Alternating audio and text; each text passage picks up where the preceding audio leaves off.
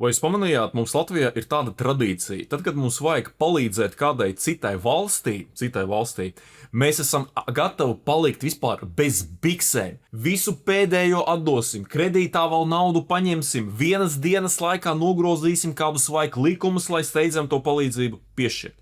Tas ir ok, ļoti cēli. Bet tad, kad mums vajag sniegt palīdzību mūsu pašiem līdzcilvēkiem, tad te sākās: oi, nu te likums šo atļauj, oi, te likums šo neatļauj, oi, mums te budžets, mums te tāds budžets, šitāds budžets un tā tālāk. Es tikko paskatījos diezgan skandalozu interviju ar Prēļu sieras vadītāju un īpašnieku, kur viņš pateica tādus vārdus.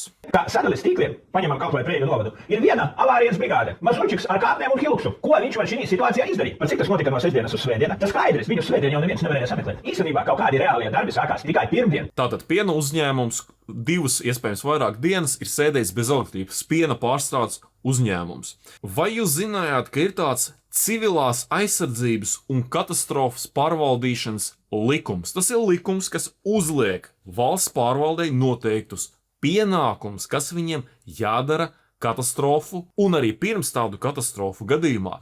Un tur ir tādi panti, palasīsim dažus no tiem. Civilās aizsardzības sistēmas uzdevumi ir šādi: nodrošināt cilvēku, vides un īpašuma drošība. Bez komentāriem. Pēc iespējas nodrošināt sabiedrībai minimāli nepieciešamās pamatvajadzības. Pamatvajadzības ir tai skaitā elektrības nodrošinājums. Katastrofas vai katastrofas draudu gadījumā. Kas mums par to elektropārvadu valstī ir atbildīgs? Latvenergo vai tur sadales tīkls? Cik bija Latvenergo peļņa pagājušā gadā? 190 miljoni. Cik bija sadales tīkla peļņa pagājušā gadā?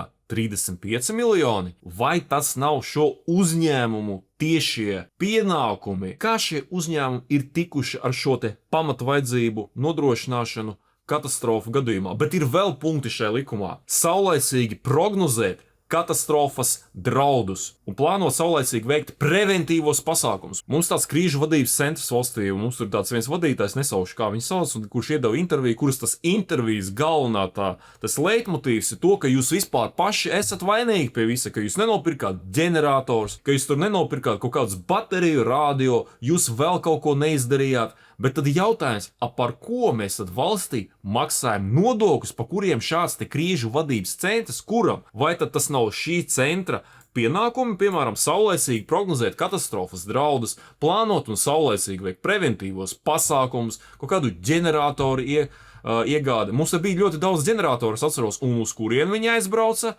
ko mēs dabūjām vietā, lai mums ir nopirkti jauni ģeneratori. Kas parasti notiek ar darbinieku, kurš slikti pilda savus pienākumus?